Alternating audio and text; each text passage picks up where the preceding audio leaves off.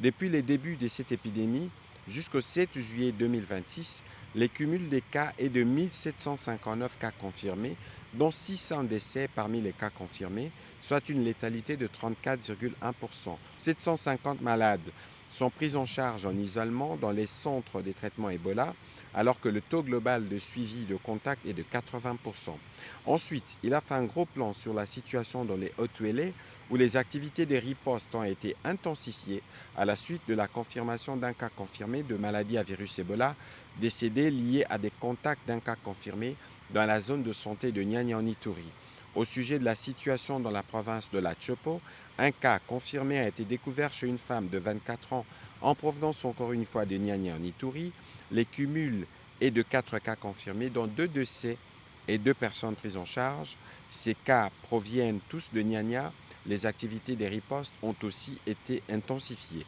Avant de conclure, le point a été fait sur l'état d'avancement de la mise en œuvre des engagements du gouvernement en faveur du secteur de la santé à la suite des réunions tenues les 23 juin 2026 au ministère des Finances et le 7 juillet 2026 au ministère de la Santé publique. Les deux parties sont parvenues à un consensus sur plusieurs mesures prioritaires. Au titre des engagements du gouvernement, il a été convenu d'intégrer la totalité de la paye complémentaire dans l'état liquidatif à compter du troisième trimestre 2026, de procéder à l'alignement de 200 médecins, de prendre en compte en priorité les secteurs de la santé dans les opérations de mécanisation conduites par la fonction publique, d'accélérer le processus de la prise en charge des actes administratifs en faveur des médecins évoluant dans les régimes particuliers tels la police nationale, les forces armées de la République démocratique du Congo et dans l'enseignement supérieur et universitaire, de poursuivre les processus d'assainissement du fichier de la paix. Les deux parties se sont engagées à examiner au mois d'août 2026 la question de l'alignement des autres catégories professionnelles du secteur médical. Compte tenu de toutes ces avancées, la coordination des syndicats de la santé a décidé de la levée de la grève. Note d'information relevant du secteur du plan. Le ministre d'État, ministre du Plan et de la coordination de l'aide au développement, a fait le point au Conseil du nouvel indicateur Business Ready, Be Ready de la Banque mondiale en remplacement de l'ancien rapport Doing Business. Partant de l'évaluation 2025 de notre pays, qui avait obtenu une note de 63,61 pour le pilier relatif au cadre réglementaire, soit un niveau supérieur à celui enregistré par plusieurs économies comparables. Il a souligné que cette performance témoigne des progrès accomplis dans la modernisation du dispositif juridique régissant l'activité économique. Toutefois, a-t-il rappelé, les principaux défis résident plus essentiellement dans la mise en œuvre effective des textes existants ainsi que dans l'amélioration des pratiques administratives. Tirant les principaux enseignements de cette évaluation, devant améliorer en 2026, les comités de pilotage du groupe thématique a déjà validé une feuille de route comprenant plusieurs mesures prioritaires dites Quick Wins devant impérativement être mises en œuvre avant le 1er septembre 2026, date de clôture de la collecte de données de la Banque mondiale. Elle consiste principalement à améliorer la qualité des services rendus par les administrations publiques ainsi que la disponibilité des informations destinées aux usagers. Le ministre d'État, ministre du Plan, a sollicité la mobilisation de l'ensemble du gouvernement autour de cette feuille de route afin de contribuer à améliorer les positionnements internationaux de notre pays dans l'évaluation Be Ready, à renforcer la confiance des investisseurs, à soutenir le développement du secteur privé et à accélérer la transformation structurelle de notre économie. Note d'information relevant du secteur de la justice. Le ministre d'État, ministre de la Justice et garde des Sceaux, a présenté la liste de biens, services et droits insaisissables en articulation avec le droit au WADA. Il a évoqué la nécessité d'une réponse normative cohérente, respectueuse du droit au WADA, de l'autorité des décisions de justice, de droits des créanciers et des impératifs de continuité du service public. Les orientations normatives envisagées ont été expliquées. Elles donnent un contenu opérationnel au principe de protection fonctionnelle des biens publics tout en préservant les exigences du droit au ADA en matière d'efficacité, des voies d'exécution et des protections de droits de créanciers. Le point a également été fait sur les démarches structurantes envisagées et déjà engagées pour pallier cette situation. Ce sont des réformes qui poursuivent un objectif fondamental, préserver la continuité du service public, renforcer la sécurité juridique, protéger les finances publiques et consolider la crédibilité de la République démocratique du Congo dans l'espace OADA. Les ministres d'État, ministres de la Justice et garde des Sceaux a sollicité l'accompagnement du gouvernement pour notamment appuyer les initiatives institutionnelles et normatives engagées en cette matière et instruire les ministères concernés de finaliser les instruments juridiques appropriés. Note d'information relevant du secteur de la pêche et de l'élevage. Le ministre de la Pêche et de l'Élevage a fait le point de la situation zoosanitaire préoccupante dans l'espace Grand Kasaï avec le cas le plus récent des réémergences d'une pathologie animale qui est signalée dans les territoires de Lusambo, province du Sonkourou, qui vient d'être frappée par la peste des petits ruminants, occasionnant la perte de 315 caprins en 5 jours. Dans les provinces voisines Kasaï, Kasaï central, Kasaï oriental, Lomami, cette tendance prend également des allures alarmantes. La décimation du cheptel et de la volaille consécutive à des pathologies animales accentue la paupérisation de la population. En outre, la rage canine déclarée dans cette partie du pays nécessite d'être désamorcée, d'autant plus qu'elle a occasionné plus de 30 cas de décès au sein de la population. Au regard du caractère contagieux de certaines pathologies animales, qui demeurent une menace sanitaire de nature à déclencher d'énormes pertes socio-économiques, une solution globale et durable s'avère impérieuse pour assurer la survie du cheptel résiduel d'une part et sauvegarder les vies humaines d'autre part. Le ministre de la Pêche et de l'Élevage a insisté sur l'urgence de mener la deuxième phase de la campagne vaccinale contre les épizooties et de garantir la poursuite des campagnes vaccinales d'envergure nationale contre les pathologies animales. Note d'information relevant du secteur du genre, famille et enfants, la ministre du genre, famille et enfants a quant à elle entretenu le Conseil sur 2 volets. Les premiers volets de son intervention portaient sur la résolution relative à l'amélioration du sort des femmes et des filles en milieu rural et sur la résolution instituant la Journée internationale des femmes et des filles autochtones adoptée par l'Assemblée générale des Nations unies. Pour la République démocratique du Congo, ces résolutions offrent un cadre supplémentaire permettant de consolider les politiques nationales en faveur de l'égalité des sexes, de l'inclusion sociale, de la protection des groupes vulnérables et de l'atteinte des objectifs de développement durable. Sollicitant leur prise d'acte, la ministre du Genre, Famille et Enfants, les ministères sectoriels concernés ont été encouragés à intégrer les orientations de ces résolutions dans leurs politiques, stratégies, programmes et plans d'action. Au gouvernement, il a été recommandé de soutenir l'organisation annuelle de la Journée internationale des femmes et des filles autochtones, célébrée le 5 septembre, ainsi que les initiatives visant l'amélioration durable des conditions de vie des femmes et des filles vivant en milieu rural.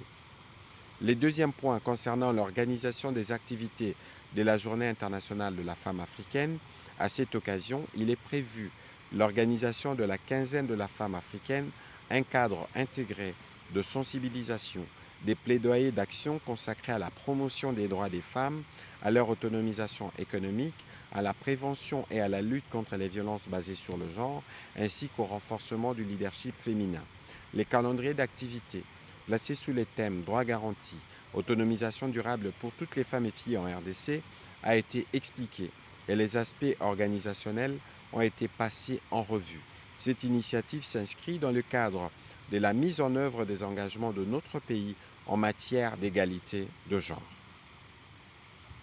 Le Conseil a pris acte de cette note d'information, mais aussi de toutes celles qui ont été précédemment présentées. Au troisième chapitre du Conseil de ministres de ce jour, relatif à l'approbation d'un relevé des décisions, les membres du Conseil ont approuvé les relevés des décisions prises lors de la 93e réunion ordinaire du Conseil de ministres du vendredi 26 juin 2026. au quatrième chapitre du Conseil des ministres de ce jour, relatif à l'examen et à l'adoption de 5 dossiers. 5 dossiers ont été soumis à l'examen du Conseil. Le premier dossier, relevant du secteur des transports, voies de communication et désenclavement. Le vice-premier ministre, ministre des Transports, voies de communication et des désenclavements, a présenté au Conseil pour examen et adoption les dossiers relatifs au partenariat public-privé avec la société Mota Engil SA portant sur la ligne ferroviaire d'Ile-Kolwezi-Lubumbashi-Sakania, la composante congolaise du corridor de l'Ebito. Ces projets prévoient la réhabilitation complète de cette ligne ferroviaire et le développement de tout un écosystème à fort impact économique, financier, social et géostratégique autour du corridor de l'Ebito. Dossier relevant du secteur de l'agriculture. Les ministres d'État, ministres de l'Agriculture et Sécurité alimentaire, a soumis au Conseil pour examen et approbation 3 dossiers. Le premier dossier, portant sur les termes des références relatifs à l'organisation de la campagne agricole saison A 2026-2027 hémisphère sud et saison B 2026-2027 hémisphère nord. Cette campagne a pour objectif général la poursuite du processus pour l'atteinte de la souveraineté alimentaire par la relance de la production des principaux aliments de base, essentiellement le maïs et le riz, et ainsi réduire les importations des denrées de première nécessité qui sont des grandes consommatrices des devises. Elle prévoit la poursuite et la sensibilisation des forces vives impliquées dans les secteurs agricoles sur la nouvelle vision, la distribution des semences, engrais, tracteurs et autres intrants sur l'ensemble du pays en vue de l'amélioration de la population des principales cultures vivrières, pérennes, maraîchères et en conséquence du vécu quotidien de population, l'accompagnement technique des producteurs sur terrain. Le deuxième point portait sur la demande d'examen d'une participation financière du gouvernement à la phase des études de faisabilité de 8 projets structurants du secteur agricole.